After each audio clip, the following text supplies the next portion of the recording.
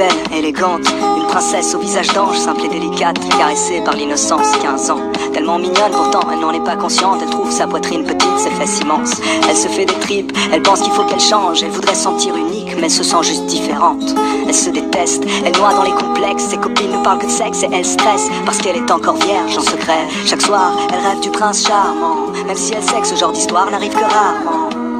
Et avec le temps, en elle s'installe le doute, alors elle prie que Dieu l'écoute. Mais les jours passent, le chagrin grandit, et tous les garçons qu'elle aime plaisent aussi à sa meilleure amie. Amie d'enfance, amie de cœur, amie pour toujours. Ouais, le genre d'ami qui te trahit pour une histoire d'amour. Love. On en parle comme d'une maladie qu'on a souvent lorsqu'on est petit, mais dont on guérit quand on vieillit. Et si à 15 ans l'amour est fictif, pourquoi chante-t-elle dans la langue de Shakespeare un refrain qui fait Let me know when the world is a better place, maybe then I'll come back. Now I'm going to outer space, looking for another place to crash. Let me know when the world is a better place, but now you have to let me go. I'll meet you there on the patio, where Juliet met Romeo. Il est peace, enfin c'est ce que ses amis disent. Le genre de gosse qui n'aimait que des ondes positives. 16 piges, si romantique, pas le type classique qui ne pense qu'avec sa tête. Enfin comme tous les mecs qui pensent tout le temps au sexe. Mais ça n'empêche que son rêve est de trouver Juliette. Plus il cherche et plus l'espoir faiblit, et il en oublie le sens de la vie. Il maudit l'époque, il trouve les filles trop agressives, souvent ça le bloque, lui qui rêve d'une fille timide. Il le sait que c'est stupide et qu'il est trop difficile, qu'aucune fille n'arrive à la cheville de celle qu'il s'imagine. Roméo, Roméo, devant l'ordi et ses jeux vidéo, jusqu'au bout de la nuit à faire le tri de tous ses idéaux. Et dehors, une voix distante lui chante Let me know when the world is a better place, maybe then I'll come back.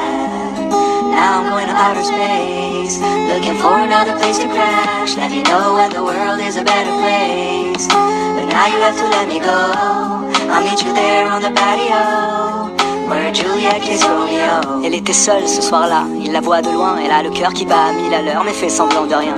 Lui pour une fois n'y pense pas trop et son instinct le guide, et tout lui vient de manière instinctive. Il s'approche d'elle, salut, elle lui sourit, mais voilà, c'est aussi simple que ça. À quoi bon chercher des prétextes quand il suffit d'un mot, d'un geste, et le destin fait le reste. Ils passent la nuit à se raconter leur vie, à s'enlacer, faire l'amour, s'embrasser à l'infini. Finally, les deux se sentent vivre, elles écrivent un nouveau chapitre du livre.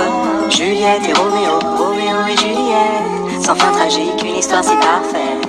Le genre d'histoire qui aujourd'hui n'existe pas, car ici-bas, souvent, ça finit comme ça.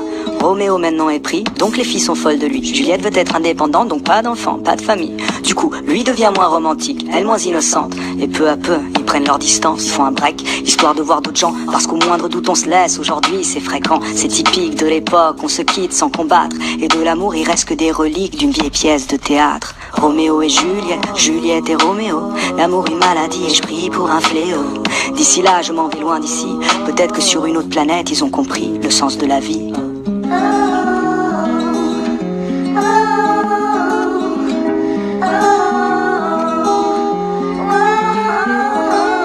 Let me know when the world is a better